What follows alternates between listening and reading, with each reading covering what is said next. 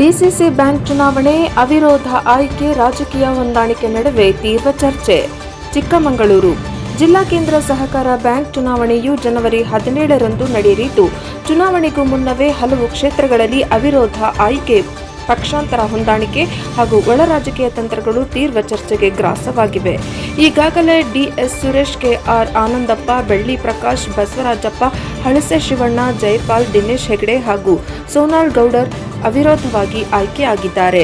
ಹಾಲು ಉತ್ಪಾದಕರ ಸಹಕಾರ ಸಂಘಗಳ ಕ್ಷೇತ್ರದಲ್ಲಿ ಎಸ್ಡಿ ಸೋನಾಲ್ ವಿರುದ್ಧ ಜಗದೀಶ್ ನಾಮಪತ್ರ ಸಲ್ಲಿಸಿದರು. ಮಾಜಿ ಶಾಸಕ ಬೆಳ್ಳಿ ಪ್ರಕಾಶ್, ವೈಎಸ್ವಿ ದತ್ತ ಹಾಗೂ ಹಾಲು ಒಕ್ಕೂಟದ ಅಧ್ಯಕ್ಷ ರೇವಣ್ಣ ಅವರ ನಿರ್ದೇಶನ ಮತ್ತು ಪಕ್ಷದ ಹಿರಿಯರ ಸೂಚನೆಯ ಮೇರೆಗೆ ಮತ್ತು ಅಧಿಕಾರ ಹಂಚಿಕೆಯ ಸೂತ್ರದಂತೆ ಜಗದೀಶ್ ನಾಮಪತ್ರ ಹಿಂಪಡೆದರು. ಇದರಿಂದ ಸೋನಾಲ್ ಗೌಡರ್ ಅವಿರೋಧವಾಗಿ ಆಯ್ಕೆಯಾದರು. ತರೀಕೆರೆ ತಾಲೂಕಿನಲ್ಲಿ ಸುರೇಶ್ ಹಾಗೂ ಆನಂದಪ್ಪ ಅವರು ಪ್ರತಿನಿಧಿಗಳ ಬಹುಮತ ಬೆಂಬಲದೊಂದಿಗೆ ಆಯ್ಕೆಯಾಗಿದ್ದು, ಇಲ್ಲಿ ಸ್ಪರ್ಧೆಯ ತೀವ್ರತೆ ಕಡಿಮೆಯಾಗಿದೆ.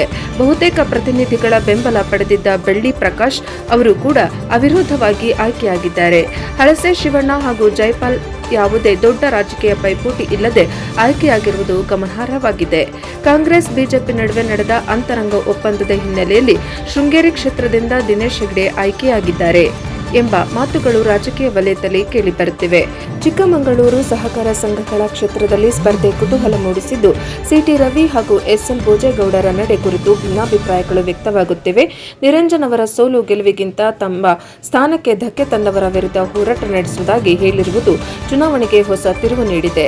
ಕೊಪ್ಪ ಕ್ಷೇತ್ರದಲ್ಲಿ ರವಿ ಕೊಕ್ಕಡಿಗೆಗೆ ಹೆಚ್ಚಿನ ಅವಕಾಶಗಳಿವೆ ಎನ್ನಲಾಗುತ್ತಿದ್ದು, ಟಿಎಪಿಸಿಎಂಎಸ್ ಕ್ಷೇತ್ರದಲ್ಲಿ 7 ಮತಗಳಿರುವುದರಿಂದ ಕಡೂರು ಶಾಸಕ ಆನಂದ್ ಅವರ ಸ್ಪರ್ಧೆ ವಿಶೇಷ ಕುತೂಹಲ ಮೂಡಿಸಿದೆ. ಆನಂದ್ ಪರ ಕಡೂರು ಹಾಗೂ ಚಿಕ್ಕಮಗಳೂರಿನ 2 ಮತಗಳಿದ್ದು, ಉಳಿದ ತಾಲೂಕುಗಳಲ್ಲಿ ಬಿಜೆಪಿ ಬೆಂಬಲ ಸ್ಪಷ್ಟವಾಗಿದೆ.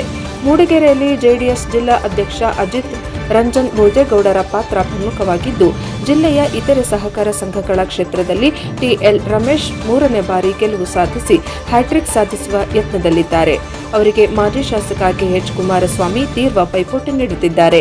ಈ ಸ್ಪರ್ಧೆಗೆ ಸರ್ಕಾರ ಹಾಗೂ ವಿವಿಧ ಪಕ್ಷಗಳ ಮುಖಂಡರು ಹೆಚ್ಚಿನ ಗಮನ ಹರಿಸಿರುವುದು ಚುನಾವಣೆಯ ಮಹತ್ವವನ್ನು ಇನ್ನಷ್ಟು ಹೆಚ್ಚಿಸಿದೆ. ಒಟ್ಟಾರೆ ಡಿಸಿಸಿ ಬ್ಯಾಂಕ್ ಚುನಾವಣೆ ಕೇವಲ ಸಹಕಾರ ಕ್ಷೇತ್ರಕ್ಕೆ ಸೀಮಿತವಾಗದೆ ಜಿಲ್ಲೆಯ ರಾಜಕೀಯ ಭವಿಷ್ಯಕ್ಕೂ ದಿಕ್ಕು ನಿರ್ಧರಿಸುವ ಮಹತ್ವದ ಸ್ಪರ್ಧೆಯಾಗಿ ಪರಿಣಮಿಸಿದೆ. ವರದಿ ಪ್ರದೀಪ್ ಹೆಚ್ಇ, ತರೀಕೆರೆ, ಪ್ರಜಾಪವರ್ ಟಿವಿ.